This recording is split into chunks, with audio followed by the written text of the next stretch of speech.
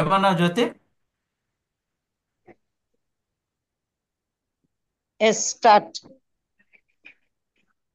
క్రీస్తునందు ప్రియమైనటువంటి దేవుని బిడ్డలారా, ఈ రీతిగా మరి ఒకసారి మనం ప్రభు సన్నిధిలో ఈ మీటింగ్ ద్వారా కూడుకొని మన ఆత్మీయ మేలులకు ఉజ్జీవం కలుగునట్లుగా అనేక విషయాలు ప్రభు మనతో మాట్లాడటానికి ఈ యొక్క ప్లాట్ఫామ్ ఏర్పాటు చేసినందుకు ప్రభువుకు కృతజ్ఞతలు తెలియజేస్తూ, అలాగే ఈ జ్యోతి ద్వారా నడిపించబడుతున్నటువంటి జూమ్లో నేను కూడా బహుగా వాడబడటానికి ప్రభు నాకు ఇచ్చిన ధన్యతను బట్టి, అంతకంటే ప్రాముఖ్యంగా ప్రతి ఒక్కరూ కూడా ఆసక్తిగా ఆయన మాటలు వినాలని, ఆయన స్వరాన్ని వినాలని ప్రేమపూర్వకంగా పార్టిసిపేట్ అవుతున్నటువంటి ప్రతి ఒక్కరికి కూడా ప్రభు అనేకమైనటువంటి మేలుల ద్వారా వారిని తృప్తిపరుస్తూ ఉన్నాడని నేను నమ్ముతూ, కూడి వచ్చిన మీకు అందరికీ కూడా నా యొక్క వందనాలు తెలియజేస్తూ ఉన్నాను. ప్రియమైనటువంటి దేవుని బిడ్డలారా, మనము అతి ప్రాముఖ్యమైనటువంటి మాసములో ఉన్నామని నేను మీకు ఆ, చెప్పకనే చెబుతూ ఉన్నాను.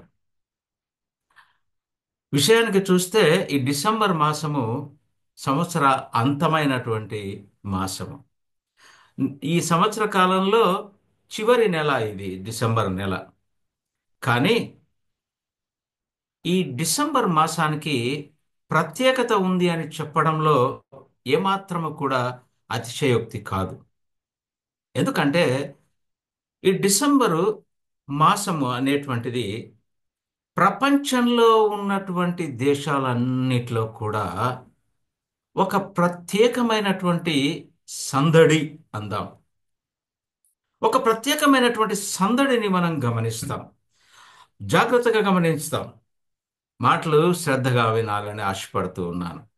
ప్రపంచ దేశంలో అన్ని ప్రాంతాల్లో కూడా ఈ డిసెంబర్ మాసము ప్రత్యేకమైనటువంటి మాసము అని చెప్పగలను.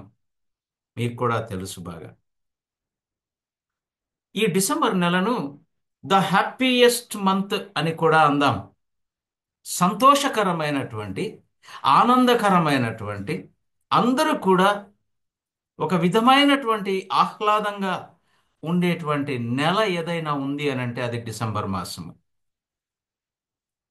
అన్ని దేశాలు, అన్ని ప్రాంతాలు ఒకే నెలలో జరుపుకునే ఒక విశిష్టమైనటువంటి పండుగ కలిగినటువంటి నెల ఈ డిసెంబర్ మాసం.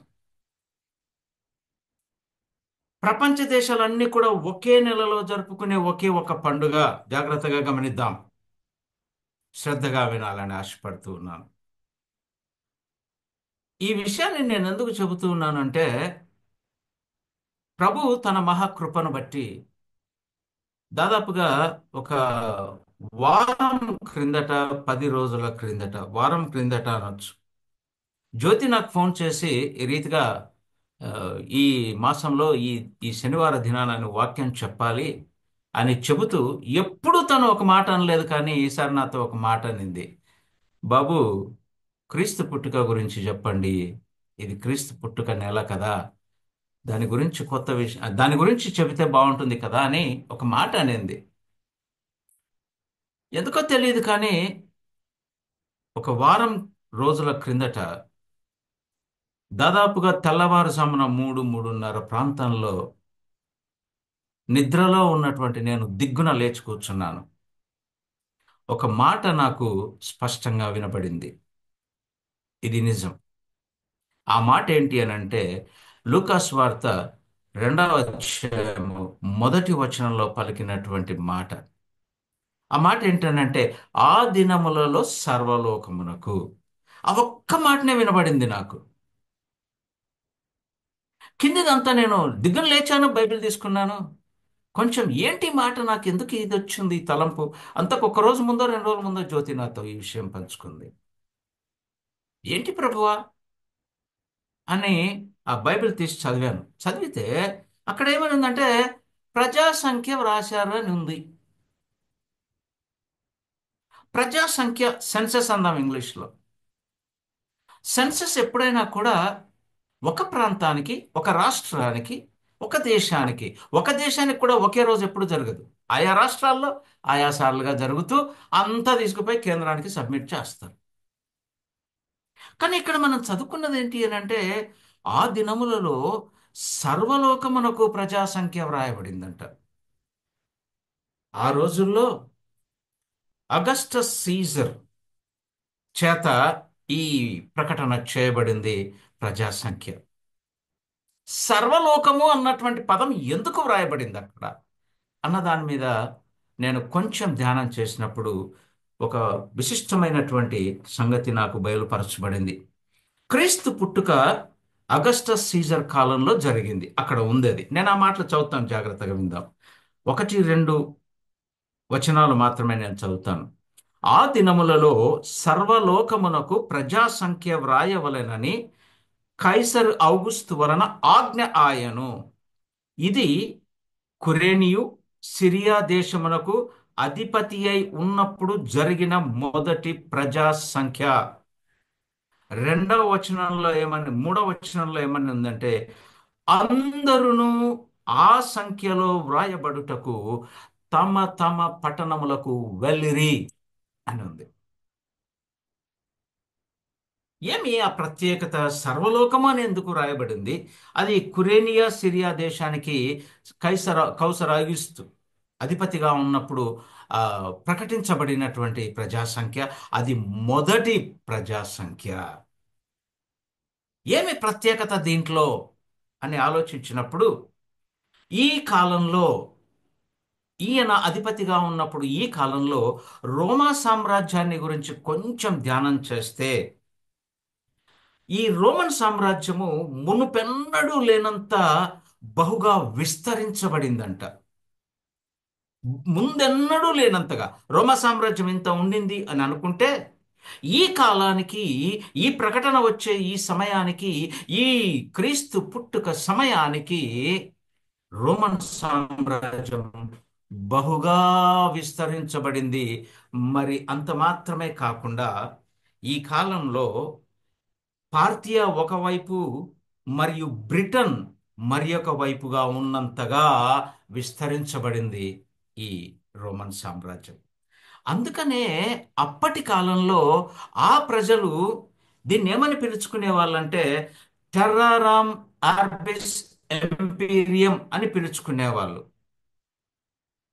ఆర్బిస్ అన్నటువంటి గ్రీకు పదానికి అర్థం ఏంటి అని అంటే, అరౌండ్ ద వరల్డ్ అని అర్థం. Around the world. ఎంత చక్కని ఆ ఆ ఆ ప్లానో చూడండి. అది దేవుడి యొక్క ప్రణాళికలు ఎంత బాగా ఉంటాయి. ఒక మాట వ్రాయబడింది అని అంటే దానికి ఒక విశిష్టమైనటువంటి ప్రత్యేకత ఉంది అన్నటువంటిది, ఇది వాస్తవం. మనం ఒప్పుకొని తీరాలి. లేకపోతే ఈ మాటలు నాకైతే తెలియదు. ఆ రోజు ప్రభు నాతో మాట్లాడినటువంటిది, రోమన్ సామ్రాజ్యం అంతగా, ఎంతగా అంటే ప్రపంచమంతా పిలువబడే అంతగా విస్తరించబడింది. సర్వలోకము అని పిలువబడే అంతగా విస్తరించబడినటువంటిది రోమన్ సామ్రాజ్యము. మరి ఒకసారి ఈ టెర్రర్ మార్బిస్ అనేటువంటిది వాళ్ళు దేనికి పిలుచుకుంటారంటే, వాళ్ళ మ్యాప్ను, రోమన్ సామ్రాజ్యం యొక్క ఆ పటాన్ని వాళ్ళు ఆ రీతిగా పిలుచుకునేవాళ్ళు. అందుకే ఆ మాట రాయబడింది అక్కడ. ఇప్పుడు మనం జ్ఞాపకం చేసుకుంటే, రోమన్ సామ్రాజ్యము అని అంటే మొత్తం భూమి యొక్క ప్రాంతము. అందుకే సర్వలోకము అన్నటువంటిది అక్కడ రాయబడింది. ఈ సామ్రాజ్యాన్ని, ఈ రోమన్ సామ్రాజ్యాన్ని మొత్తం ప్రపంచముగా, సర్వలోకముగా చెప్పబడింది లూకాసు వార్త 2వ అధ్యాయం మొదటి వచనాలు. ఇంత విశిష్టత కలిగినటువంటిది ఇది. ఈ రోమన్ సామ్రాజ్యం గురించి వీరు ఇంత గొప్పగా చెప్పుకుంటూ ఉంటే, దానియేలు గ్రంథంలో దానియేలు ద్వారా ఒక ప్రవచనాన్ని మనం అక్కడ గమనిస్తాం. దానియేలు గ్రంథం 2వ అధ్యాయం 44వ వచనంలో ఏమని వ్రాయబడిందంటే, ఆ రాజులు పరిపాలిస్తున్నటువంటి ఆ కాలాల్లో దేవుడు ఒక రాజ్యాన్ని స్థాపిస్తాడు. ఆ రాజ్యము నిత్యము ఉండేటువంటి రాజ్యము. ఈ చెప్పబడినటువంటి ఈ రోమన్ సామ్రాజ్యము భూ ప్రపంచమంతా వ్యాపించబడినటువంటి సామ్రాజ్యము, సర్వలోకము, మొత్తం భూభాగాన్ని ఆక్యుపై చేసినటువంటి గొప్ప సామ్రాజ్యము అని పిలువబడుతున్న ఈ సామ్రాజ్యంలో యేసుక్రీస్తు ప్రభువుల వారికి పుట్టుక స్థలమైతే, యేసుక్రీస్తు ప్రభువుల వారు ఈ లోకంలో పుట్టడానికి అంత గొప్ప సామ్రాజ్యాన్ని ఏర్పాటు చేసుకుంటే, దేవుడు ఆ యేసుక్రీస్తు ప్రభువుల వారు మహిమతో వచ్చేటప్పుడు మరి ఒక రాజ్యాన్ని స్థాపించబోతున్నాడు. ఆ రాజ్యము నిరంతరము ఉండే రాజ్యము. ఆ రాజ్యం నాకు అంతము లేదు. మరి ఈ రాజ్యం ఏమైపోతుందంటే కొట్టుకొని పోయే సామ్రాజ్యం. ఏది ఏమైనా క్రీస్తు పుట్టినటువంటి ఆ మాసానికి అంత విశిష్టత, అంత ప్రత్యేకత, ఆ సర్వలోకము అన్నబడినటువంటి ఆ మాటలో ఇంత విశ్లేషణ దాగి ఉంటే, ఇక్కడే చెప్పబడినటువంటి ఇందులో ఇదే లూకాసు వార్త 2వ అధ్యాయము ఆ 10వ వచనంలో ఒక మాటను గమనిస్తే, మరియు ఆ దూత భయపడకుడి, ఇదిగో ప్రజలందరికీ కలుగబోవు మహా సంతోషకరమైన సువర్తమానము అని అక్కడ చెప్పబడింది. మీకు తెలియజేయబోతున్నా. దూత పలికాడు. ఇక్కడ మూడు మనం జాగ్రత్తగా గమనిద్దాం. మొట్టమొదటిది నేను చదివినటువంటి దాంట్లో ఏంటంటే ప్రజలందరికీ. నేను ముందు బిగించేసేటప్పుడు ఒక మాట పలికాను. ప్రపంచ దేశాలన్నీ ఘనంగా చేసుకునేటువంటి పండుగ క్రిస్మస్ పండుగ. ఇక్కడ ఈ దూత ఏం చెప్తుంది అని అంటే ప్రజలందరికీ అంటే ఏ ప్రాంతంలో ఉన్న ప్రజలు, ఎక్కడ ఉన్నవారు? మీరు అనుకుంటూ ఉన్నారు యెరూషలేములో ఉన్నటువంటి వారు. అదే అనుకుందాంలే. ఆయన పుట్టింది అక్కడే బెత్లెహేంలో. అక్కడికే దేవదూత గొల్లలు కాచుకుంటూ ఉంటే వచ్చి వాళ్ళకు ప్రకటన చేశారు. అక్కడే పుట్టాడు అనుకుందాం. ఎందుకంటే కిందికి వస్తే మీకే తెలుస్తుంది ఏం చెప్పబోతూ ఉన్నాడు. ప్రజలందరికీ అన్నటువంటి మాటను జాగ్రత్తగా గమనిద్దాం. అంత మాత్రమే కాకుండా మహా సంతోషకరమైన, నేను ఇందాక చెప్పాను, December month is the happy month. It it is called as the happy month. December నెలలో ఎవరూ కూడా దుఃఖంగా ఉండరు. అందరూ కూడా అంతటా కూడా సంతోషంగా ఉంటారు. ఎక్కడో నాకు ఒక వీడియో పంపించారు మా బావగారు. ఆ, తను కెనడాలో ఉంటారు. ఎక్కడో ఒక ఒక ఒక ఒక ఒక ప్రపంచంలోనే ఇంతవరకు జరగనంత ఒక హిస్టారికల్ ఇది జరిగింది ఈవెంట్. ఏంటి అని అంటే ఒక రాత్రి మొత్తం సిటీ అంతా కూడా పవర్ ఆఫ్ చేసేసి ఎల్ఈడి స్క్రీన్స్ ద్వారా యేసుక్రీస్తు ప్రభువుల వారి యొక్క జననాన్ని డిస్ప్లే అయ్యిందట. చిమ్మ చీకటిలో ఆ ఎల్ఈడి స్క్రీన్స్ మీద ఆ పట్టణం అంతా కూడా చూచేటట్లుగా చరిత్రలోనే మొట్టమొదటిసారి అని అక్కడ వాళ్ళు చెప్పారు. ఎవరికైనా కావాలంటే if you are interested I will send that video. ప్రజలందరికీ మహా సంతోషకరమైన శుభవార్త. క్రీస్తు పుట్టుకలో నిజంగానే జాగ్రత్తగా గమనించినట్లయితే కొన్ని ప్రత్యేకమైనటువంటి ఆ, విశిష్టతలు ఉన్నాయి అని చెప్పగలం. ఆ విశిష్టతలు ఏంటో మనము ఒకటి ఒకటిగా ఎన్ని చెప్పగలనో నేను తెలియదు, కానీ కొన్ని ఉన్నాయి. వాటిని వీలును బట్టి నేను ఒకటో రెండో మీ ముందు ఈరోజు ఉంచాలని ఆశపడుతూ ఉన్నాను. సమయం సరిపోతే అన్నీ కూడా చెప్పగలను. మొట్టమొదటి క్రీస్తు పుట్టుకలో ఇది అకస్మాత్తుగా క్రీస్తు పుట్టుక, దేవుడు ఆయనను దింపల. క్రీస్తు యొక్క పుట్టుక ఈ లోకంలో ఆది కాలము నుంచి, ఆదికాండ గ్రంథము నుండి కూడా దేవుడే పలికాడు. ఆ తర్వాత కాలాల్లో తన ప్రవక్తల చేత పలికించాడు. ప్రవక్తలు ప్రవచించినారు అన్నటువంటిది అందరికీ తెలిసిన విషయమే. కానీ ఆదికాండంలో దేవుడు ఆదిలోనే తనే మాట్లాడాడు అన్నటువంటిది ఎంతమందికి తెలుసో నాకు తెలియదు, కానీ ఈ రాత్రి నేను జ్ఞాపకం చేయబోతూ ఉన్నాను. దయచేసి ఆదికాండంకి వద్దాం. ఆదికాండంలో 3వ అధ్యాయంలో ఏం జరిగింది అక్కడ అనంటే, దేవాది దేవుడు మానవుణ్ణి సృష్టించటానికి తనే మట్టి తీసుకొని నరుని చేయటము, ఆ నరునికి ఆదాము అని పేరు పెట్టగా, ఆ ఆదాము ఆది మానవుడై ఉన్నప్పుడు ఆ మానవుడు ఒంటరిగా ఉండుట దేవునికి ఇష్టం లేక ఆ ఆదాము అనబడినటువంటి ఆది మానవుని ప్రక్కటెముకలో నుంచి ఒక ఎముకను తీసి ఒక స్త్రీని చేసి ఆ స్త్రీ, ఆ నారి అనబడినటువంటి ఆ హవ్వను, వీరిద్దరిని తీసుకొచ్చి ఏదెను తోటలో పెట్టి, ఇది మీది, నేను ప్రతిరోజు ప్రతి క్షణము మీతో మాట్లాడటానికి, మీతో సహవాసం కలిగి ఉండటానికి ఈ స్థలానికి వస్తూ ఉంటున్నాను. ఇదిగో ఇదంతా కూడా మీదే. కానీ ఇదిగో ఆ తోట మధ్యలో రెండు ఉన్నాయి చెట్లు. అందులో ఒకదాని ఫల వృక్షమును వృక్ష ఫలమును వృక్ష ఫలమును క్షమించండి, వృక్ష ఫలమును మీరు తినకూడదు అని చెప్పి ఒక ఆజ్ఞ, ఒక కమాండ్ ఇస్తాడు, కమాండ్మెంట్ ఇచ్చేస్తాడు. అని చెప్పినప్పుడు అక్కడ ఏం జరిగింది అంటే, ఆదాముకు సాటిగా ఇవ్వబడినట్టు మనకు తెలిసిందే ఇదంతా. మూడో అధ్యాయము ఆ, అవన్నీ కూడా చూస్తే అవన్నీ మనకు తెలిసినటువంటివి. 9వ వచనం నుంచి 19వ వచనం వరకు ఉన్నటువంటి మాటల విషయంలో నేను ప్రస్తావించబోతూ ఉన్నాను. అక్కడ పాపములో ప్రవేశించటం చూస్తాం. 9వ వచనంలో దేవుడైన యెహోవా ఆదామును పిలిచి, మొట్టమొదట దేవుడు పాపము జరిగినప్పుడు, తప్పు జరిగినప్పుడు, ఆజ్ఞ అతిక్రమించినప్పుడు దేవాది దేవుడు మొట్టమొదటిసారిగా తను ఎంతో ఇష్టంగా ప్రీతిగా చేసుకున్నటువంటి ఆ మానవునితో మాట్లాడుతూ పిలిచి మాట్లాడాడు ఒక మాట. ఏం మాట్లాడాడు? అది అక్కడ ఉంది. ఏమంటాడంటే,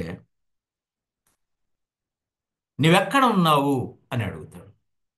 ఇది పిలిచి ఆయన అడిగినటువంటిది. ఆ తర్వాత కిందికొస్తే ఆదాముతో మాట్లాడినటువంటి మాట మీకు నేను కొన్ని విషయాలు చూపిస్తాను. ఏంటంటే ఆ 17వ వచనంలో దేవుడు మాట్లాడతాడు, 9వ వచనంలో పిలుస్తాడు, 17వ వచనంలో మాట్లాడతాడు. పనిష్మెంట్ ఇస్తున్నాడు ఇక్కడ, శిక్ష విధిస్తూ ఉన్నాడు. ఆ దేవుడు, ఆ దేవాది దేవుడు పరిశుద్ధుడు, ఆయనకు పాపముతో పొత్తు లేదు.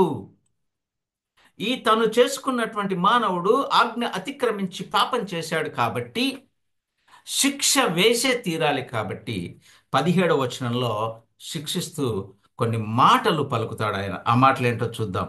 ఆయన ఆదాముతో, నీవు నీ భార్య మాట విని తినవద్దని నేను నీకు ఆజ్ఞాపించిన వృక్ష ఫలములు తింటివి కనుక నీ నిమిత్తము నేల శపించబడి ఉన్నది. బా.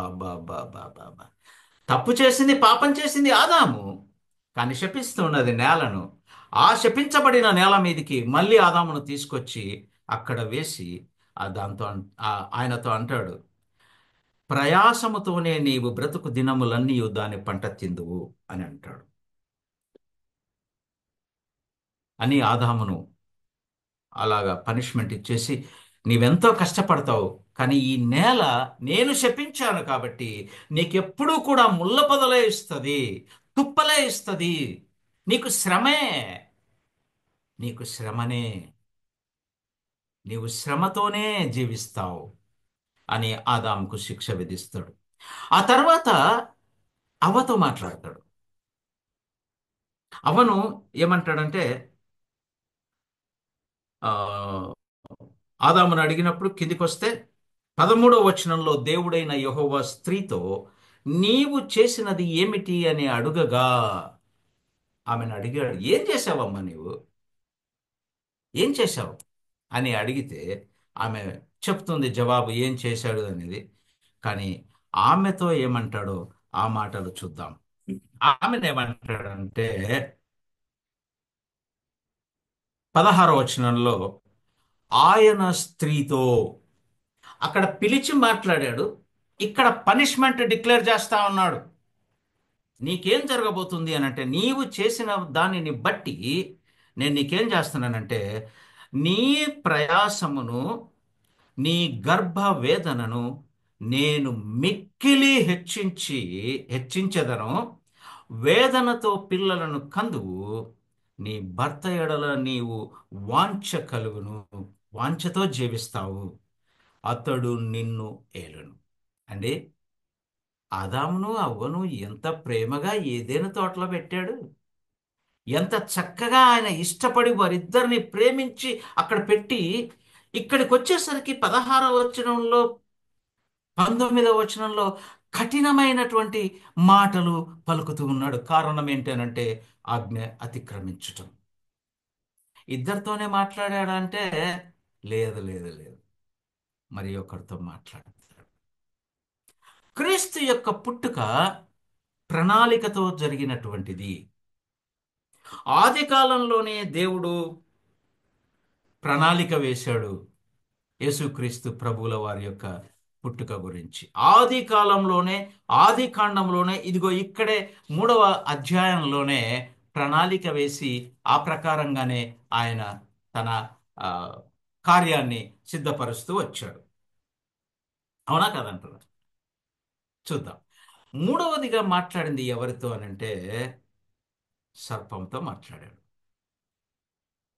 సర్పము ఏమంటాడంటే 14వ వచనంలో, అందుకు దేవుడైన యెహోవా సర్పముతో, నీవు ఈ పని చేసినందుకు, దీన్ని చేసినందుకు అంటాడు. దేన్ని చేశాడు అని అంటే అవ్వ దగ్గరికి వెళ్ళి ఆ పండు తింటే మీకేమీ కాదు, మీకు సమస్త జ్ఞానం వస్తుందని నీవు చెప్పావు.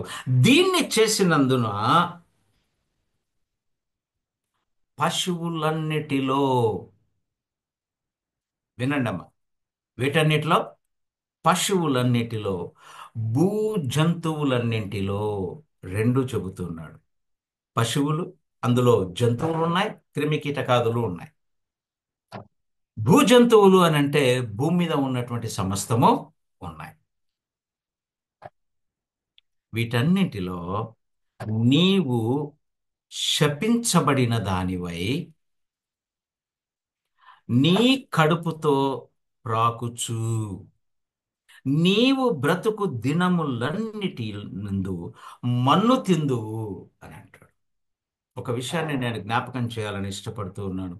3వ అధ్యాయం 1వ వచనంలో ఒక మాట చదివితే అక్కడ ఒక మాట మీకు అర్థమైంది. దేవుడైన యెహోవా చేసిన సమస్త జంతువులలో, జాగ్రత్తగా గమనించండి, దేవుడు అయిన యెహోవా చేసిన సమస్త భూ జంతువులలో, అంటే ఇక్కడ ఈ ఈ శాపానికి ముందు సర్పము జంతువు, అది కాళ్ళు కలిగి ఉంది, నడిచేది. అట్టి కాళ్ళు కలిగి నడుస్తూ ఉన్నటువంటి ఆ భూజంతువైన సర్పమునకు దేవుడిచ్చినటువంటి పనిష్మెంట్ ఏంటి అని అంటే, నీవు కడుపుతో ప్రాకుతూ పురుగుగా, పురుగుగా, అసహ్యమైనటువంటి దానిగా, పురుగుగా భూమి మీద ప్రాకుతూ మన్ను తింటావు. భూజంతువుగా ఉండి అన్నీ తిన్నావు, కానీ ఇప్పుడు మన్ను తిందువు అని అంటాడు. ఎంత కఠినమైనటువంటి ఆ శిక్ష, పనిష్మెంట్! భూ జంతువు అయినటువంటి ఆ దానికి, సర్పానికి దేవుడిచ్చినటువంటి శిక్ష ఇది. కాబట్టి దేవుని యొక్క ప్రణాళిక, యేసుక్రీస్తు ప్రభువుల వారు ఈ లోకంలో పుట్టాలి అని ఎప్పుడో ప్రణాళిక వేశాడు ఆయన. ఆదిలో, ఆది కాండంలో 3వ అధ్యాయంలోనే ప్రణాళిక వేశాడు యేసుక్రీస్తు వారి పుట్టుకను. కాబట్టి యేసుక్రీస్తు ప్రభువుల వారు అకస్మాత్తుగా జరిగింది కాదు. ఇది జాగ్రత్తగా గుర్తుపెట్టుకోండి. ఆ తర్వాత 15వ వచనంలో యేసుక్రీస్తు దేవుడు మరి ఒక మాట మాట్లాడుతూ, సర్పముతో అని అనుకుంటే సర్పములో ప్రవేశించిన అపవాదితో చెబుతూ ఉన్నాడు. సర్పము జంతువు, అందులో ప్రవేశించి అవ్వను శోధించింది అపవాది. సర్పము జంతువు. అవ్వను శోధించడానికి సర్పాన్ని ఉపయోగించుకొని అపవాది సర్పములో ప్రవేశించి చేశాడు. అందుకే సర్పముతో దేవుడు మాట్లాడుతూ ఉన్నాడు. సర్పముతో కాదు, సర్పములో ఉన్న అపవాదితో మాట్లాడుతూ ఏమంటాడంటే 15వ వచనంలో, మరియు మరియు శ్రద్ధగా వినండి అమ్మ, మరియు నీకును స్త్రీకిని, దేవాది దేవుడు యేసుక్రీస్తు ప్రభువుల వారి పుట్టుక ఇక్కడే పునాది వేశాడు. ఏమంటాడు? నీకును స్త్రీకిని, నీ సంతానమునకును దాని సంతానమునకు, ఆమె సంతానమునకును. సంతానము అని అంటే మనము కామన్ నాలెడ్జ్తో, లేకపోతే కామన్గా మనం ఆలోచించిన మనకు వచ్చేది ఏంటి అని అంటే, సంతానము అని అంటే పురుషుని ప్రమేయం లేకుండా సంతానము లేదు, పురుష సంతానమే. మీకు కావాలంటే ఆదికాండం నేను అంతటా చూడవచ్చు. ప్రతి చోట వంశ వృక్షమును గురించి ఎక్కడెక్కడైతే పరిశుద్ధ గ్రంథంలో రాయబడిందో, ప్రస్తావించబడిందో, అక్కడంతా కూడా చెప్పబడిన పేర్లు పురుషుల పేర్లే చెప్పబడ్డాయి. ఆదికాండం 1వ అధ్యాయం 1వ వచనం నుంచి కింది వరకు చదువుకోండి. అక్కడ అందరూ కూడా సామాన్యంగా, సర్వసాధారణంగా పురుషుల పేర్లే ప్రస్తావించబడతాయి. కారణం ఏంటి అని అంటే అందరూ కూడా పురుష సంతానము. యేసుక్రీస్తు ప్రభుల వారు ఒక్కరే స్త్రీ సంతానం. ఇది యేసుక్రీస్తు ప్రభువుల వారి యొక్క పుట్టుకలో మొట్టమొదటి విశిష్టత. ఆయన స్త్రీ సంతానమై ఉన్నాడు. అందరం కూడా, మనందరము కూడా ఆనాది కాలం నుంచి కూడా అందరూ కూడా పురుష సంతానమే. యేసుక్రీస్తు ప్రభుల వారు ఒక్కరే స్త్రీ సంతానం. ఆయన అపవాదితో మాట్లాడుతూ చెప్పాడు. ఏం పలికాడంటే, ఆయన చెప్పినటువంటి మాట, నీకును స్త్రీకిని, నీ సంతానమునకును ఆమె సంతానమునకు వైరము. అవునా కాదా? దేవుని బిడ్డలకు, అపవాది పిల్లలకు వైరమే. వైరమే. ఎప్పుడు? ఎప్పుడు వైరమే అని చెబుతూ అది అని అంటాడు. అది అని ఒక నంబర్ ఇచ్చి కింద నోట్లో మీనింగ్ ఇస్తారు. ఆయన, ఆ స్త్రీకి పుట్టినటువంటి ఆయన నీ తల మీద కొట్టును, నీవు మెడమ మీద కొడతావు, తిరిగి లేస్తారు. కానీ ఆయన ఎక్కడ కొడుతున్నాడు? తల మీద కొట్టును. అందుకే యేసుక్రీస్తు ప్రభువుల వారి యొక్క పుట్టుకను ఆ దేవాది దేవుడు ఆదిలోనే ప్రణాళిక వేసి ఆయన క్రీస్తును స్త్రీ సంతానముగా, స్త్రీ సంతానముగా ఈ లోకంలోకి ఆయనను ప్రవేశించటానికి అనుమతించాడు, పుట్టటానికి అనుమతించాడు. ఆయన ఒక రక్షకుడిగా. ఎందుకు స్త్రీ సంతానమే అని అంటే కింద చెబుతాను. ఆయన ఒక్కడే స్త్రీ సంతానం. వంశావళంతా కూడా మీరు ఎక్కడ చూసుకున్నా పురుషుల పేర్లే ఉంటాయి. ఇప్పుడు ఎవరైనా కొంతమంది చూసి ఉండొచ్చు, మత్తయి సువార్త 1వ అధ్యాయం 1వ వచనం నుంచి చూస్తే పురుషుల పేర్లే ఉన్నాయి అక్కడ.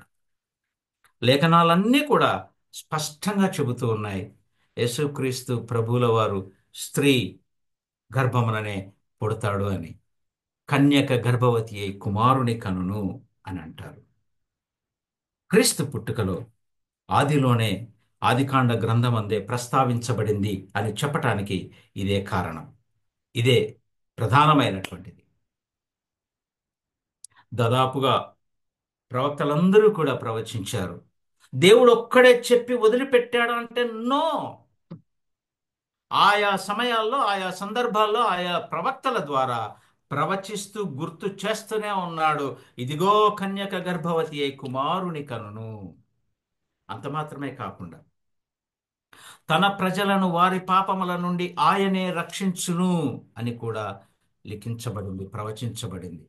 ఇశ్రాయేలీయులను ఏలబోవాడు నీలో నుండే వచ్చును అన్న ప్రవచనం కూడా మనం గమనించగలం.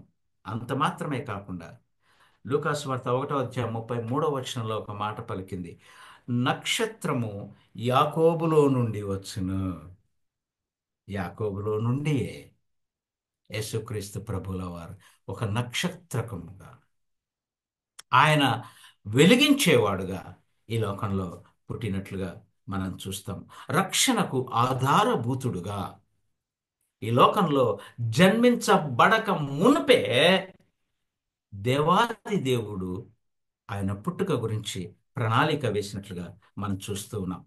రెండవ విశిష్టమైనటువంటి లక్షణం ఏంటి అని అంటే, త్వర త్వరగా ముగిస్తాము. రెండవ ముఖ్యమైనటువంటి లక్షణం ఏంటి అని అంటే, ఆ మొదటిది ఏంటి అని అంటే, యేసుక్రీస్తు ప్రభువుల వారి లోకంలో పుట్టాలి, పుడతాడు అన్నటువంటిది దేవుడు ఆదికాండం, ఆది గ్రంథంలోనే ప్రణాళిక వేశాడు. ప్రణాళికతో జరిగినటువంటి క్రీస్తు పుట్టుక. రెండవ విషయానికి వస్తే, యేసుక్రీస్తు ప్రభువుల వారి యొక్క పుట్టుక పరిశుద్ధమైనటువంటిది. యేసుక్రీస్తు ప్రభువుల వారి యొక్క పుట్టుక పరిశుద్ధమైనటువంటిది. ఎలాగో చెబుతామనంటే, పురుష సంబంధము లేకుండా ఒక కన్యక ఆయనను ఆయనకు జన్మనివ్వటము మనం చూస్తూ ఉన్నాం కదా. మనం చదివాం, కన్యక గర్భవతి అయి కుమారుని కనెను. కాబట్టి ఈ ఒక్క మాటను ఆధారము చేసుకొని మనము ఆ, బలముగా చెప్పగలిగినటువంటి మాట ఏంటి అంటే, ఆయన పుట్టుక పరిశుద్ధమైనటువంటిది, పాపంతో సంబంధము లేదు. లూకాసు వార్త 1వ అధ్యాయం 28వ వచనంలో మనం కొంచెం గమనించినట్లయితే, లూకాసు వార్త 1వ అధ్యాయం 28వ వచనం, అక్కడ వ్రాయబడినటువంటి మాట నేను జ్ఞాపకం చేస్తాను.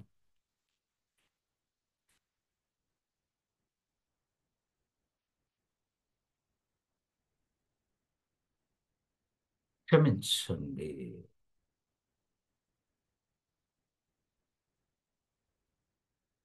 గబ్రియేలు దూత అన్నటువంటిది, ఆ, ఒక్క ఆ నిమిషం. దూత లోపలికి వచ్చి ఆమెను చూచి, థ్యాంక్ యూ. అదే దయాప్రాప్తురాలా, అదే అదే. నీకు శుభము, ప్రభువు నీకు తోడై ఉన్నాడని చెప్పాను. ఎస్. కన్యక అయినటువంటి మరియతో ఒక మాట చెబుతూ ఉన్నారు. లూకాసు వార్త 1వ అధ్యాయం 28వ వచనం జాగ్రత్తగా గమనించినట్లయితే, గాబ్రియేలు దూత, దూత దేవుని చేత పంపబడినటువంటి దూత ఆ మరియ దగ్గరకు వచ్చి పలుకుతూ ఉన్నటువంటి మాట ఏంటి అని అంటే, దయాప్రాప్తురాలా. ఆమెకు పెట్టినటువంటి ఒక చక్కని పేరు మరియా ఉంది. కానీ దేవుడు మళ్ళా ఆమెను ఏమని సంబోధిస్తున్నాడంటే, దేవుని వలన దయ పొందిన దానవు, దయను పొందుకున్న దానా, దయా ప్రాప్తురాలా, నీకు శుభము. అమ్మా, ఇది శుభము అమ్మా. కింద మనం అంతా చదివితే, నీవు గర్భము ధరించి కుమారుని కందువు, నేను కన్యకను. కన్యక ఎక్కడైనా గర్భము ధరించుట జరుగుతుందా? ఇది శుభవచనం అవుతుందా? భార్యాభర్తలు కొత్తగా వివాహమైనటువంటి వాళ్ళు గర్భము ధరిస్తే అది సంతోషకరమైనటువంటి వార్త. కానీ ఇక్కడ కన్యక గర్భము ధరిస్తుంది, అది శుభవచనము అంటున్నారు. ఎస్, శుభవచనమే. ఎందుకనంటే ఆయన పుట్టుక పరిశుద్ధమైనటువంటిది. అందుకే కన్యక గర్భములో ఆయన జన్మిస్తూ ఉన్నాడు. చూడండి, ఇదిగో నీవు గర్భము ధరించి కుమారుని కని ఆయనకు యేసు అను పేరు పెట్టుదువు అని అక్కడ వ్రాయబడింది. ఆయన గొప్పవాడై సర్వోన్నతుని సర్వోన్నతుని ఆ కుమారుడనబడును అని వ్రాయబడింది. కిందికి వస్తే ఈ మాట విన్నటువంటి మరియ ఒక క్వశ్చన్ వేస్తా ఉంది 34లో. ఏమంటది? అందుకు మరియ, కన్యకేనా? కన్యక. ఎందుకు అంటే ఆమె పలికినటువంటి ఒక శ్రేష్టమైనటువంటి మాట, ఒక చక్కని సర్టిఫికెట్ ఆమె తన గురించి ఇస్తుంది. అందుకు మరియ, నేను పురుషుని ఎరుగని దాననే. వా, దేవుడి పుట్టుకలో ఉన్నటువంటి పరిశుద్ధత. ఆమె తనే చెబుతుంది, నేను పురుషుని ఎరుగని దాననే. ఏం జరిగింది అనంటే, యోసేపుకు ప్రదానము చేయబడింది అని వ్రాయబడింది. అంత మాత్రమే కాకుండా ఒక చక్కని మాట వ్రాయబడింది. మత్తయి సువార్త 1 అధ్యాయం 18 వచనంలో, మరియు యోసేపుకు ప్రదానము చేయబడిన తరువాత వారు ఏకము కాకమునుపే.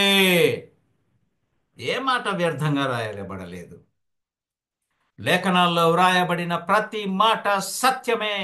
ఆయన పుట్టుక పరిశుద్ధమైంది. ఆమె చెప్తుంది, నేను పురుషుని ఎరుగని దానని. మత్తయి సువార్త 1 అధ్యాయంలో అక్కడ వ్రాయబడినటువంటి మాట, మరియ యోసేపుకు ప్రదానము చేయబడింది.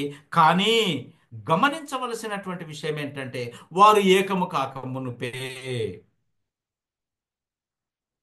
ఎట్లా ఈమె గర్భము ఎలా సాధ్యమమ్మా అని అంటే, లూకాసు వార్త 1 అధ్యాయము 35 వచనంలో దూత పలికినటువంటి మహోత్తరమైనటువంటి మాటలు ఏంటి అని అంటే, పరిశుద్ధాత్మని మీదకి వస్తుంది, ఆయన పరిశుద్ధుడు గనుక పరిశుద్ధాత్మ చేత నీవు గర్భము ధరిస్తావు. పరిశుద్ధాత్మకున్నటువంటి శక్తి, దేవునికి ఉన్నటువంటి శక్తి చేత నీవు గర్భవతి అవుతావు. ఆయన పరిశుద్ధుడు.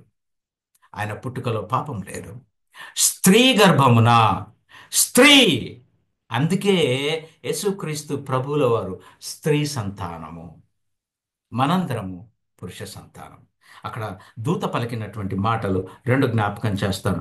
పరిశుద్ధాత్మ నీ మీదికి వచ్చును, సర్వోన్నతుడు, ఎవరైనా దేవాది దేవుడు, సర్వానికి ఉన్నతమైనటువంటి వాడు, సృష్టికర్త, సర్వోన్నతమైనటువంటి శక్తి భూమిని పలుకగా అయ్యింది.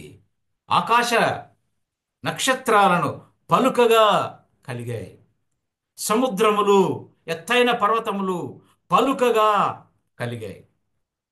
పలుకగా, నోటి మాట చేతనే సర్వ సృష్టిని సృష్టించినటువంటి శక్తి కలిగినటువంటి దేవుని శక్తి నిన్ను కమ్ముకుంటుంది. నీవు గర్భవతి అవుతావు, నీవు కుమారుని కంటావు. ఆ సర్వోన్నతుని శక్తి నిన్ను కమ్ముకొనును, గర్భంలో కమ్ముకుంటుంది. నీవు నీకు పుట్టబోవు శిశువు ఏమనుందమ్మా? దయచేసి అందరం చూద్దాం ఆ మాట. నీకు పుట్టబోవు శిశువు పరిశుద్ధుడు. Praise the Lord. ఆయన పరిశుద్ధుడు. ఆయన పుట్టుక పరిశుద్ధమైనటువంటిది.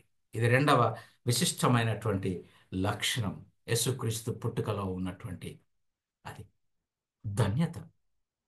నీవు శిశువును కందువు, పరిశుద్ధాత్మ నీ మీదికి వచ్చును, సర్వోన్నతుని శక్తి నిన్ను కమ్ముకొనును కనుక పుట్టబోవు శిశువు పరిశుద్ధుడై పరిశుద్ధుడై పరిశుద్ధుడై దేవుని కుమారుడు అనబడును. యోసేపు కుమారుడు కాదు.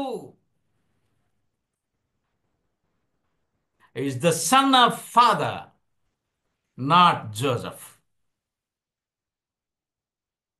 ఎంత చక్కని మాటలు రాశాడండి దేవుడు. గమనిద్దాం. దేవుని కుమారుడు అనబడును అని రాయబడింది కనుక క్రీస్తు పుట్టుక. అందుకే క్రీస్తు పుట్టుక ఎందుకయ్యా సందడే సందడి అంటే, ఆయన పుట్టుక పరిశుద్ధమైనటువంటిది. ప్రపంచమంతా సందడే సందడి. ఎందుకయ్యా అంటే, ఆయన పుట్టుక ప్రణాళికతో జరిగినటువంటిది. ఆయన పుట్టుకలో పరిశుద్ధత ఉంది కాబట్టే. ప్రపంచమంతా అండి, ప్రపంచమంతా, అన్ని ప్రాంతాలు, అన్ని దేశాలు, ఎక్కడ ఏది వదిలిపెట్టకుండా సందడే సందడి. ఏంటి అని అంటే, అందుకే జాయ్ టు ద వరల్డ్ అని అంటాం కదా. ప్రపంచానికి సంతోషం అండి యేసు పుట్టుక. ఇక మూడవ దానికి వస్తే ఇంకా ఉన్నాయి, సమయం లేదు. ఈ మూడవది ఒకటి చెప్పి నేను ముగించి, ప్రభు తన కృపను అనుగ్రహిస్తే మరి ఒకసారి మరికొన్ని విషయాలు నేను బోధించడానికి లేదు. 9:45 అయింది, ముగించుకుంటే కూడా మంచిదే, ఎందుకంటే ప్రార్థనలు ఉన్నాయి. If you permit I will go for third, if not I will close it here. ఏమంటారమ్మా జ్యోతి? Okay uncle. సరే అమ్మా. మూడవదిగా, క్రీస్తు పుట్టుక జాగ్రత్తగా గమనించండి. క్రీస్తు పుట్టుక పరలోక సంబంధమైనటువంటిది. రవికుమార్ పుట్టుక భూలోకానికి సంబంధమైంది. అది నంద్యాలకు సంబంధమైనటువంటిది. నా మనవని పుట్టుక హైదరాబాదుకు సంబంధమైనటువంటిది. మరి ఒకరి పుట్టుక భూలోకానికి, ఆయా ప్రాంతానికి సంబంధమైంది. దేవాది దేవుడు యేసుక్రీస్తు ప్రభుల వారి యొక్క పుట్టుక పరలోక సంబంధమైనటువంటిది. ఆయన సర్వోన్నతుడు. ఆయన పుట్టుక అక్కడ ప్రణాళిక చేయబడింది, అక్కడే జరిగింది. అంతేకాదు, దయచేసి లూకాసు వార్త ఆ, మొదటి అధ్యాయంలో కొన్ని మాటలు మనం జ్ఞాపకం చేసుకుందాం. లూకాసు వార్త, క్షమించండి, లూకాసు వార్త 2వ అధ్యాయం 14వ వచనం. సర్వోన్నతమైనటువంటి, క్షమించండి, 13 వచనం నేను చదువుతాను. వెంటనే పరలోక సైన్య సమూహము. ఏ సైన్య సమూహం అంట? ఆయన పుట్టింది ఎక్కడ? బెత్లెహేము, నజరేతు. ఈ యూదులకు ఒక చాలా విచిత్రమైనటువంటి ఆ, ఏమంటారు, అలవాట్లు ఉంటాయి, ఆచారాలు ఉంటాయి. క్షమించండి, ఆచారాలు చాలా. నేను ఇంతకుముందు కూడా మీకు ఒక మాట చెప్పాను. ఆ, ఆమె గుడ్ షెపర్డ్ అని చెబుతూ ఉన్నప్పుడు యూదులకు ఉన్నటువంటి ఒక గొప్ప అలవాటు. ఇప్పుడు కూడా మనం పెట్ యానిమల్స్కు వి కాల్ బై నేమ్. కుక్కలకు లేకపోతే ఇంకా వేటికో పిల్లులు కూడా పెంచుకుంటా ఉన్నారు, మంచిదే. వాటికి పేర్లు పెట్టుకొని ఆ పేరుతోనే పిలుస్తూ ఉంటారు. యూదులు కూడా వారు కలిగి ఉన్నటువంటి జంతువులను, వారికి ఇష్టమైనటువంటి వాటికి ఎన్నన్నా ఉండనివ్వండి, వాటికి పేర్లు పెట్టి పేరుతోనే పిలుస్తారంట. నేను ఇంతకుముందు కూడా ఒక మాట చెప్తూ, తప్పిపోయిన కుమారుని విషయంలో ఆ ఒక్క గొర్రె అరణ్యములో తప్పిపోయినప్పుడు ఆయన పేరు పెట్టి ఎలుగెత్తి దాన్ని పిలిస్తే అది స్వరం విని ఆయన దగ్గరకు వచ్చింది. పేరు పెట్టి పిలిచే అలవాటు వాళ్ళకుంది. అలాగే వీరికున్నటువంటి మరి ఒక విశిష్టమైనటువంటి ఆచారం ఏంటి అని అంటే, వీరు మగ శిశువు తొలి శిశువుగా పుట్టినప్పుడు సందడి, ఆ మాట అక్కడి నుంచి వచ్చింది. మనం ఇప్పుడు సందడే సందడి అని అంటున్నాం. ఇది మన పదము కాదు, ఇది వాళ్ళు పాటలు పాడి, మగ శిశువు తొలి శిశువుగా పుట్టినప్పుడు, మగ బిడ్డ తొలి బిడ్డగా పుట్టినప్పుడు ఏ ప్రాంతంలో పుడతాడో ఆ ప్రాంతంలో ఉన్న వాళ్ళు అమ్మలక్కలు లేకపోతే మరి ఒకరు వచ్చి ఆ శిశువు ఎక్కడైతే జన్మించాడో అక్కడ పాటలు పాడి వాళ్ళు, ఆ, అది అది ఆచారంగా పెట్టుకున్నారు. పాటలు పాడి సందడి చేసేవారు. సందడి అంటే ఆషామాషి సందడి కాదు, ఒక విధమైనటువంటి సందడి చేసే ఆచారము వాళ్ళు కలిగి ఉన్నారు. యేసుక్రీస్తు ప్రభువుల వారి పుట్టుక యూదయ దేశం, దావీదు వంశంలో పుట్టాడు. యూదయ గోత్రంలో యూదా గోత్రంలో పుట్టాడు. ఎక్కడ పుట్టాడు? నజరేతు, బెత్లహేము కదా, కనాను దేశంలో పుట్టాడు. సో మనం ఒకవేళ ఇలాగ ఆలోచిస్తే, ఆయన పుట్టినటువంటిది, క్రీస్తు జన్మించినప్పుడు యెరూషలేములో పుట్టాడు. యెరూషలేం వాళ్ళు ఎవరైనా వచ్చి ఆయన స్తుతించారా? నో. నజరేత్ అనుకుంది. నజరేతు వారు ఎవరైనా వచ్చారా? ఇక్కడ లేఖన భాగంలో స్పష్టంగా వ్రాయబడి ఉంది, పరలోక సైన్య సమూహము అని ఉంది. ఎవరు స్తుతించాలి? మగ శిశువు తొలి శిశువుగా పుట్టినప్పుడు ఆ ప్రాంతంలో ఉన్నవారు, వారి ఆచారాన్ని బట్టే నేను మాట్లాడుతూ ప్రభు పలుకుతూ ఉన్నాడు. వారు కలిగి ఉన్న ఆచారాన్ని బట్టి ఆ ప్రాంత ప్రజలే వచ్చి పాటలు పాడి సందడి చేయాలి. ఒక దినమా, 2 దినాలా, ఎన్ని దినాలో సందడి చేయవలసింది ఆ ప్రాంతంలో ఉన్నటువంటి వారు మాత్రమే. యేసుక్రీస్తు ప్రభువుల వారి పుట్టుక యెరూషలేముకు కానీ, నజరేతు ప్రాంతానికి కానీ, ఆ నజరేతు ప్రాంతానికి కానీ సంబంధము లేకుండా, ఈ యేసుక్రీస్తు ప్రభువుల వారు పశువుల తొట్టిలో పుట్టినప్పుడు దూత దిగి వచ్చింది. ఆ దూతతో పాటుగా పరలోక సైన్య సమూహము. జాగ్రత్తగా గమనిద్దాం. కాబట్టి యేసుక్రీస్తు ప్రభువుల వారి పుట్టుక ఈ భూలోకానికి సంబంధించింది కాదు. ఇది పరలోక సంబంధమైనటువంటిది. ఎందుకనంటే పరలోకంలో ఉన్నటువంటి ఆ తండ్రి అయిన దేవుడే ఈ క్రీస్తు పుట్టుకను ప్రణాళిక వేశాడు, పరిశుద్ధపరచాడు, కన్యక గర్భంలో ఉంచాడు.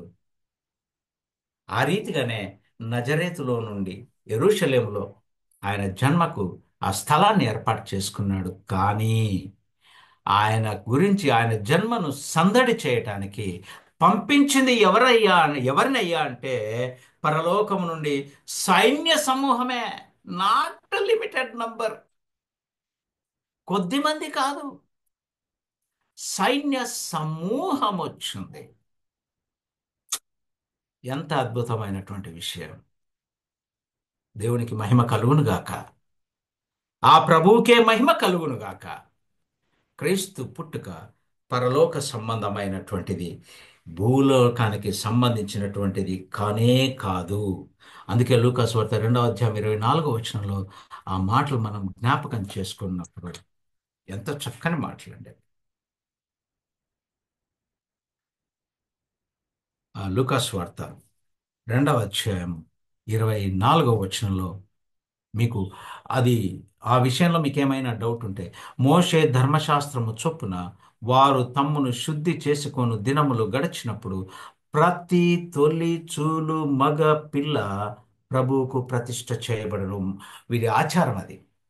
ఈ ఆచారాన్ని గురించి చెప్పడానికి నేను ఈ మాట చెప్తూ ఉన్నాను. అందుకే ఈయన పుట్టుక పరిశుద్ధమైనటువంటిది, పరలోక సంబంధమైనటువంటిది కనుకనే పరలోకము నుండి సైన్య సమూహము దిగి వచ్చి సందడి చేసినట్లుగా దేవుడు మనకు ప్రత్యక్షపరుస్తూ బయలుపరుస్తూ ఉన్నాడు. కాబట్టి యేసుక్రీస్తు ప్రభువుల వారి పుట్టుక ఈ డిసెంబర్ మాసంలో అనేకమైనటువంటి దినములు, లేకపోతే దాదాపుగా నవంబర్ మాసములో ఈ పండుగ మొదలయ్యి నవంబరులో అది తర్వాత డిసెంబరు, జనవరి నెల వరకు కొనసాగించబడుతుంది. జనవరి నెల వరకు ఎందుకనంటే ఇది ఇక్కడ మనం ఇందాక చదువుకున్నాం. ఆలయానికి తీసుకొని వచ్చినటువంటి 8వ దినము వరకు సందడే సందడి. ప్రపంచమంతా, సర్వలోకము సందడితో నింపబడింది ఈ డిసెంబర్ మాసంలో. కారణం, ఆయన పుట్టుక ప్రణాళికాబద్ధమైనటువంటిది. ఆయన పుట్టుకలో విశిష్టతలు ఉన్నాయి, ప్రత్యేకతలు ఉన్నాయి. ఆ ప్రత్యేకతల్లో మొదటిది ఆయన పుట్టుక ప్రణాళికాబద్ధమైనటువంటిది. రెండవది ఆయన పుట్టుక పరిశుద్ధమైనటువంటిది. మూడో విషయం, ఆయన పుట్టుక పరలోక సంబంధమైంది. ఈ లోకానికి సంబంధించిన వాడు ఈ లోకంలో పుట్టాడు కాబట్టి ప్రజా సంఖ్యలో రాయబడ్డాడు. మొట్టమొదటి ప్రజా సంఖ్యలోనే క్రీస్తు పేరు నమోదు చేయబడింది. ఎంత ధన్యత చూడండి! ఆయన కొరకే ఆయన పుట్టాడా, ఎవిడెన్స్ ఇస్ దేర్. ప్రజా సంఖ్యలో రాయబడ్డాడు. కాబట్టి ప్రియమైనటువంటి దేవుని బిడ్డలారా, క్రీస్తు పుట్టుకను గురించి మనం ఆషామాషిగా తీసుకోవటానికి వీల్లేదు. ఆయన పుట్టుక ప్రణాళికాబద్ధమైంది, దేవుడు ఆదిలోనే చేసినటువంటిది. ఈ కొద్ది మాటలు దేవుడు దీవించి మన ఆత్మీయ జీవితముల కొరకు పుట్టిందని సంబరం చేస్తూ ఉన్నాం, సందడి చేస్తూ ఉన్నాం. క్రీస్తు ఈ లోకంలో పుట్టినప్పుడు పరలోక సైన్య సమూహం వచ్చి సందడి చేసింది. నీ హృదయంలో పుట్టాడా అని ఈ రాత్రి ప్రభువు అడుగుతూ ఉన్నాడు. పుట్టాల్సింది ఎక్కడ అంటే పరలోక సంబంధమైన పుట్టుక జరగాలి. అది హృదయంలో పుట్టాలి. యేసుక్రీస్తు ఆయన పుట్టిన కారణమే అది. ఆయన ఏం కోరుకుంటున్నాడు? ఆయన బలులను ఆశపడేవాడు కాదు, అర్పణలను కోరుకునేవాడు కాదు. మరి ఆయన కోరుకునే ఒకే ఒక్కటి ఏంటంటే నీ పాపముతో నిండి ఉన్నటువంటి హృదయమే. ఆ హృదయమే ఆయన అడుగుతూ ఉన్నాడు. ఆ హృదయమే నీవు ఆయనకిస్తే, ఆయన పుట్టినప్పుడు భూమిలో పరలోకంలో ఎంత సందడి జరిగిందో నీ హృదయం ఆయనకు అప్పగిస్తే అంతకు అంతకు మించినటువంటి సందడి పరలోకంలో నీ గురించి, నీ హృదయాన్ని గురించి ఆయన చేస్తాడండి. ఆయన ఆశపడేది అది ఒక్కటే. అందుకే భూమిలో పుట్టాడని సంతోషపడుతూ ఉన్నాం, ఆనందపడుతూ ఉన్నాం. కానీ ఆయన కోరుకుంటున్నది, నేను పుట్టింది భూమిలో అని మీరు అనుకోకండి. నేను మీ హృదయాల్లో పుట్టాలని ఆశపడుతూ ఉన్నాను. మీ జీవితంలో పుట్టాలని ఆశపడుతూ ఉన్నాను. అట్టి భాగ్యము మనం కలిగి ఉండాలని ఈ రాత్రి ఆయన మనకి మాటలు వినిపింపచేశాడు. ఎంత ప్రత్యేకమైనటువంటి ఆ క్రీస్తు పుట్టుక గ్రహించగలిగినట్లయితే, ప్రియ సహోదరి సహోదరుడు, వినుచున్న నీవు ఈ క్షణంలోనే ప్రభు ప్రేరేపిస్తే, ప్రభు నీతో మాటలాడి ఉంటే, అయ్యా అమ్మ, నీ హృదయాన్ని దేవునికి ఇవ్వండి. అప్పుడు ఏం జరుగుతుందంటే, నీ గురించి పరలోకంలో సందడి అవుతుంది. మహా ఉత్సవం జరుగుతుందండి. The great feast. ఎవరి గురించి? మనం ప్రార్థన చేస్తూ అల్పుడను పురుగుడను ఎందుకు పనికిరాని దుమ్మును ధూళిని అంటూ ఉంటాం కదా. అట్టి దుమ్ము ధూళి తప్పిపోయిన పంది పొట్టు తినాల్సిన తప్పిపోయిన కుమారుని దీన స్థితి కలిగి ఉన్నటువంటి ఎన్నిక లేని నీ గురించి నీ హృదయాన్ని ఆయనకిస్తే పండుగే పండుగ పరలోకంలో. నువ్వు పనికిరాను నువ్వు ఎట్లయితావు? అప్పగించాను, అప్పగిద్దాం. ప్రభు అనేక మాటలు మాట్లాడాడు. ఇప్పుడు అడుగుతూ ఉన్నాడు చిట్ట చివరిగా ఒకే ఒక మాట చెప్పి ముగిస్తాను. హృదయాన్ని ఇవ్వండి. ఏం అడగడు ఆయన. మనం ఏం చేస్తుంటామంటే దశమ భాగాలు ఇస్తాం, అది ఇస్తాం, ఇది ఇస్తాం, అన్ని అన్ని అన్ని ఇవ్వడానికి సిద్ధపడతాం, కానీ హృదయాన్ని ఇవ్వటానికి, సమయాన్ని ఇవ్వటానికి ఇష్టపడం. సమయము అని అంటే నాకు ఒక మాట గుర్తుకొచ్చింది, నేను ముగించేస్తాను. జ్యోతి చాలా ప్రయాసతో ఈ జూమ్ మీటింగ్ నడుపుతుంది. చాలా సందర్భాల్లో చాలా తక్కువ మంది జాయిన్ అవుతూ ఉన్నారు. సమయం ఇవ్వలేకపోతూ ఉన్నాం. సమయం కూడా ఇద్దాం ఆయనకు. నీవు కొంచెం సమయం ఇస్తే అక్కడ అధికమైనటువంటి సమయాన్ని దేవునితో గడపటానికి, దేవునితో సహవాసం కలిగి ఉండటానికి దేవుడు నీకు సమయం ఇస్తాడు. అట్టి కృప దేవుడు మనందరికీ అనుగ్రహించును గాక. వందనాలండి అందరికి కూడా. దేవుడు మిమ్మల్ని మేలులతో తృప్తులతో తృప్తిపరిచి జీవింపచేయును గాక. ఆమేన్.